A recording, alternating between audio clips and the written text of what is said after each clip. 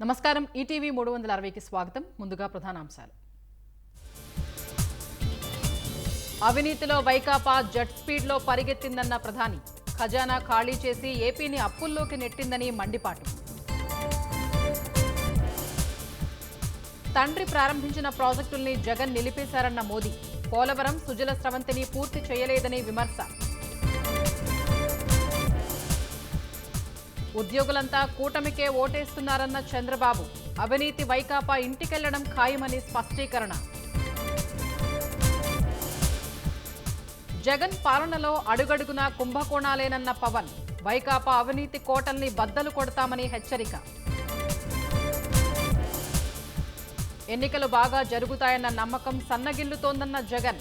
అధికారుల్ని ఇష్టానుసారం మార్చేస్తున్నారని వ్యాఖ్య.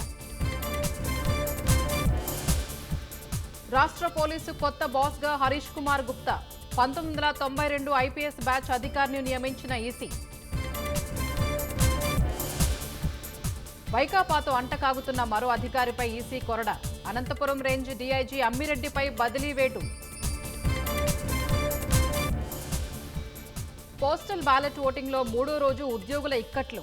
ఓట్లు గల్లంతూ పోలింగ్ ఆలస్యంపై తీవ్ర అసహనం.